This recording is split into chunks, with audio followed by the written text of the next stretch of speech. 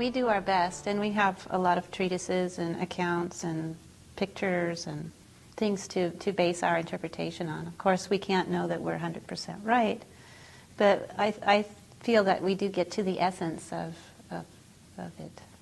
I wrote a chapter on 17th century performance practices, for example.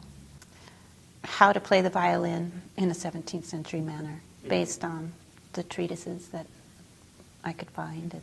And every so often they find some manuscript from, say, J.S. Bach or Beethoven or Handel that surfaces from this unknown place, previously unknown place.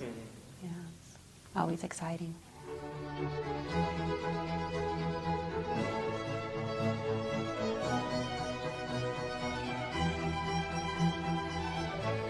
Well, Bach, of course. You know, he's just, as much as I hated when I was a modern violinist that people worshipped him, he's just a really quality composer, right?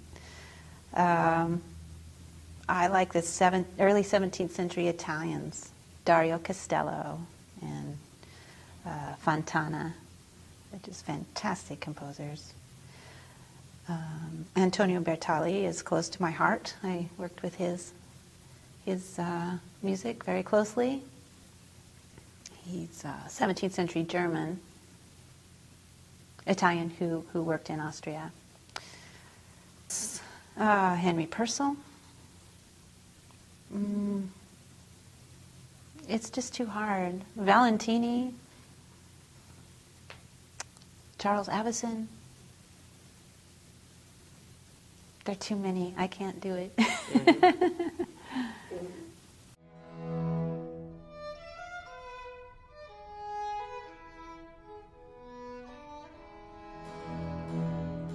Well, he's a fantastic contrapuntalist, right? He was an organist. Just a fine craftsman.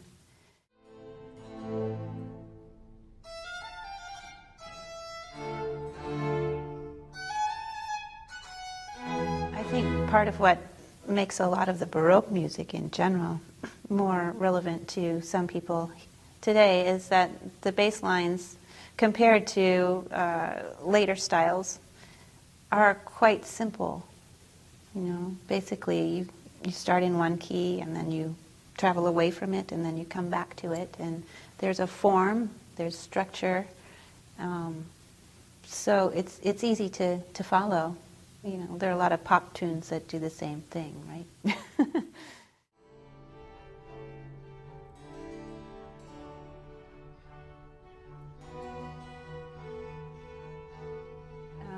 I lived in Vienna for a year. I did my junior year abroad there, which was wonderful.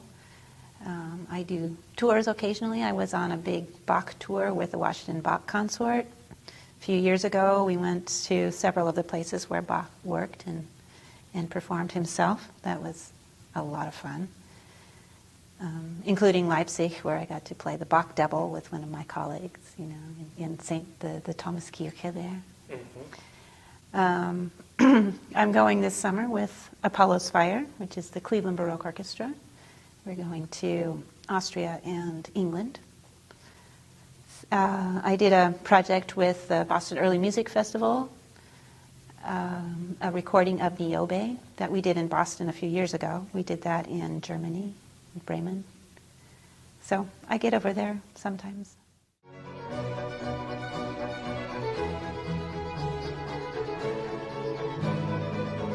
It was very different. It was my first time I went abroad.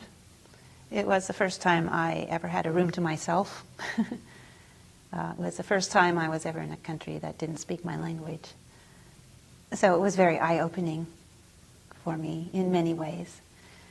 But when I really got into the music was the second half of the year. On my way home, I would walk right by the opera house, and many times I would just go and stand in line and see whatever was playing for less than $1. And then later on, I would go to the Musikverein, and I heard Karajan conduct all 4 Brahms symphonies over 2 nights there, and Yo-Yo Ma played there, and Itzhak Perlman, and of course the Vienna Philharmonic was there as well. So it It was a really wonderful and eye-opening year for me. I remember a dance concert I saw there to the music of John Cage, and the dancer was in these tall stiletto heels. Well, there was the Augustinerkirche, where every Sunday they did a different Haydn Mass. No. That was wonderful, too.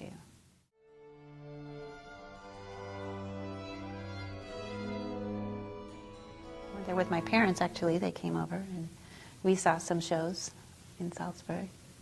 Went to a workshop in Innsbruck.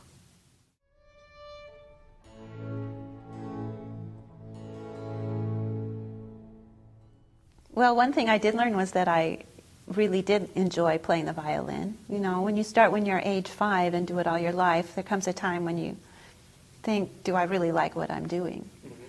And in fact, it turns out I do like playing the violin. So that was really good to find out.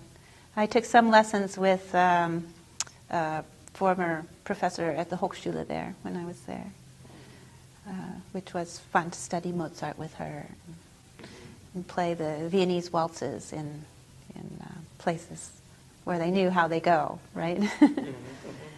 So I definitely learned that about myself. I learned that I could be alone and it would be fine, and that I kind of liked it.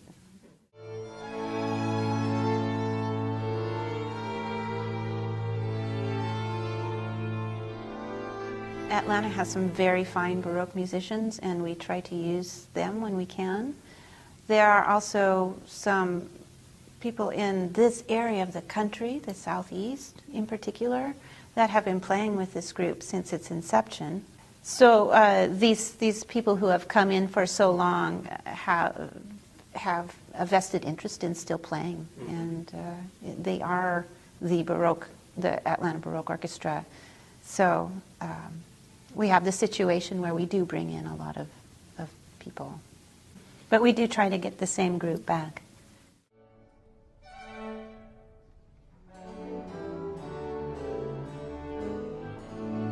I try to avoid that at all costs. However, it is a very small organization, so everyone needs to pitch in.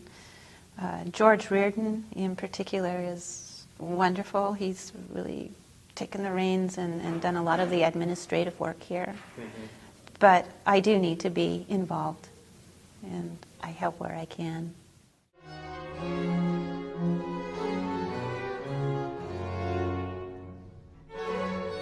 I am involved in fundraisers when we have them. I am involved in trying to find board members, and I like to do what I can to bring in funds. It's difficult not being in Atlanta and not knowing the city well enough.